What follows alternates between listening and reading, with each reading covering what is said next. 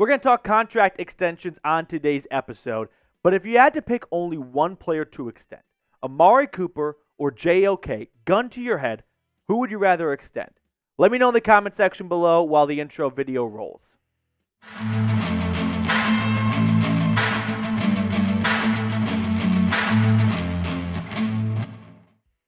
Coming up on today's show, I want to discuss the possibility of Amari Cooper not getting a contract extension because money has been allocated already to a Jeremiah Owusu-Koramoah extension, and whether or not that's realistic, what it could look like for JOK, and if it's possible for the Browns to extend both Amari Cooper and JOK.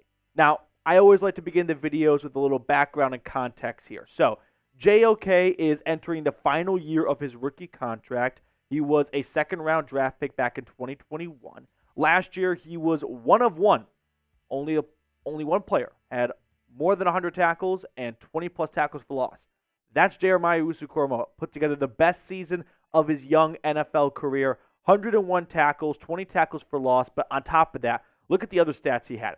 3.5 sacks, 1 forced fumble, 2 interceptions. Pro Football Focus ranked him 18th out of 82 qualifying inside linebackers. A career season for JOK. And a large part was because he was available. First 2 years he ran into injuries, and that's unfortunately sometimes the price of doing business for smaller sized linebackers, right? Year 1 plays 14 games. Year 2 plays 11 games. Last year, outside of the Week 18 finale in Cincinnati, he played the entire season and put together the strongest year of his NFL career. I would love to see Jeremiah Owusu-Koramoah get extended. Now, the question kind of becomes, can you extend JOK and extend Amari Cooper? I do think we live in a world where both of those things get done. But I could see the Browns wanting to prioritize JOK a little bit more than Amari Cooper simply from an age standpoint. Now, what could an extension look like for JOK? When you look at the top 10 highest paid inside linebackers, it's not robust money like Roquan Smith, Fred Warner leading the way, and then you can quickly see like what a big gap it is between number 1 and tied for 9th with Demario Davis and CJ Mosley. I mean, we're looking at a $12-ish million gap. I don't know if any other position group has that big of a percentage drop-off than the inside linebacker position. Now, if I take a swing at what an extension could look like for JOK, I think it'll be something similar to what Grant Delpit got. He got a 3-year, $36 million extension. I could see JOK getting a 3-year, $38 million extension. That pays him $12.6 million a season. That makes him the 5th highest paid inside linebacker. So, as we revisit this list here for a moment, if the Browns get this done before the season, middle of the season, that's going to put him right behind Patrick Queen. And I think that's pretty fair for all sides. Now, if the Browns do not get this done before the season, and JOK plays the entirety of the 2024 year and puts together back-to-back 100-plus tackles, 20-plus tackles for loss seasons, he's going to be knocking on the door of between Patrick Queen and Tremaine Edmunds. As the market goes up or just the salary cap continues to go up, as do salaries. So it's going to be advantageous for Cleveland to get this done sooner rather than later, because if they think JOK is going to have another strong year and they let him play out the entirety of the 2024 season, it's just going to cost them more money. And from JOK's standpoint, sure, he could wait and maybe get some more money after the season is over, but through 3 seasons so far, he has been injured in 2 of them. It may be in his best interest to kind of take the money and run. So what about Amari Cooper? Well, we're going to talk about that in just a second here. But I want to give some shout-outs to recent subscribers here on the channel. Michael Taylor, Dan Richards, D.D. Phillips, Terrain Spratt. Thank you guys for subscribing. If you want to get a shout-out on a future show, hit that sub button down below. So the question that people are asking is, JOK or Amari Cooper? If there's only enough money for one player, which one gets the extension? My answer is yes. You can extend both. I do think it is possible to get an extension done for Cooper and JOK. Now, Amari Cooper is not going to get the long-term extension he is seeking.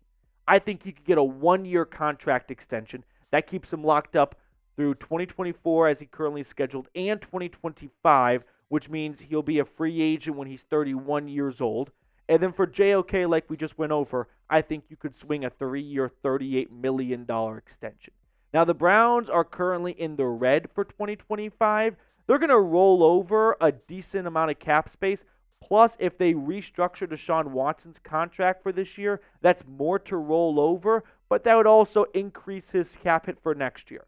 But when you look at the 2025 cap hits, we'll go back to that in a moment here, Trace, actually. Thank you.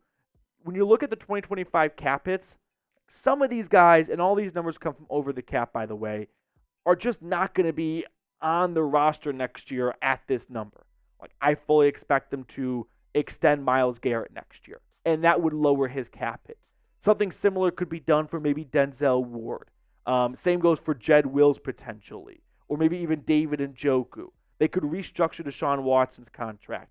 Unlikely that Teller and Bitonio are both on the roster next year at that cap hit. If Greg Newsome has a strong season, they could extend him before his 5th and final year, and that would bring down his $13.3 million.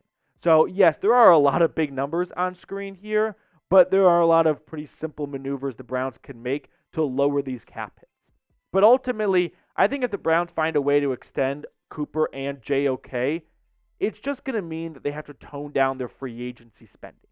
Go back to a few months ago when the Browns were making some of their re-signings, and you can look at the cap hits for this upcoming season. Zadarius Smith, the biggest of the 1 to 2 year signings they gave out at $5.2 million. Look at the 3 defensive linemen they signed after him: Shelby Harris, Quentin Jefferson, Maurice Hurst, and their cap hits. I mean, sure, these numbers are not ginormous, 1.7 million, 1.5, 1.5, but if you add them all up, they come out to about $20-ish million. So I don't think the Browns can extend Cooper and JOK and then pick about $20 million in cap hits from a handful of crumb-sized signings. But when put together, $20 million isn't nothing in the NFL salary cap. I think next year the Browns are going to need more from their 2024 and 2025 draft picks. Think about this past draft and the one before it. The Browns asked nothing of their rookies last year, and they really aren't asking a whole lot from their rookie class this year. That's going to change next year. If the Browns extend Cooper and JOK, they're not going to be able to spend as much in free agency, which means they're not going to lean on veterans on 1 to 2 year contracts to be plug-and-play starters. No, they're going to need the likes of Michael Hall, Zach Zinter, like draft picks from a few months ago, to step into starting roles and be 1/5 of the price of a free agent off the street. They're going to need their 1st and 2nd round draft pick in 2025 to probably have a large size role, potentially even a starting job, right? Let's say the Browns let Jed Wills walk next year, okay? If that's the case, they're not going to be able to turn to free agency necessarily and sign a new left tackle. They're going to have to go to the draft and get him to start day one. And that's okay. Like, that's what a lot of teams do. The Browns have had the luxury of not needing to rely on draft picks to have important roles in their 1st and 2nd years because they had some really fun, creative cap maneuvering ways. But at the end of the day, you're going to have to pay some of these guys that are coming up on expiring deals. And if you do, you're just not going to be as reliant on free agency as you have been in the past, and you're going to have to hit on more draft picks. So let me know. Do you want to extend Jeremiah Owusu-Koramoah? I am all for extending JOK. I don't think it's JOK or Amari Cooper. I don't think you can get Amari Cooper at a 2 to 3 year extension like he is probably searching for, and a JOK extension at 3 years. But I do think it's possible to extend both. All right, before we get you guys on your way, remember, if you want to get your hands on these Browns polos, they're currently 40% off when you go to chatsports.com/Browns polos. I put that link already in the comments and description of today's videos. You guys know I love my polo, so if you want to get some new Browns gear in your closet, we'll also have that nice little business casual look to yourself as well. It's a great thing to wear to tailgates over the summer or during training camp and preseason. Chatsports.com/Browns polos. All right, we welcome on Trizzy Trace to pick a card to wrap up the show. Trace, which card do you want to go with? Give me the 7 of spades. 7 of spades. I'm liking it. I like the confidence. That's what I like. I'm going to go with the Jack of Diamonds. Also, I heard Joey, new guy, got it on his first try. Not his first try, but he did get it last video. Okay. Yeah. I was like, that's unbelievable if he So got it his I am first try. losing in the battle with producers this offseason. I have yet to get one. No. Ace of clubs. All right.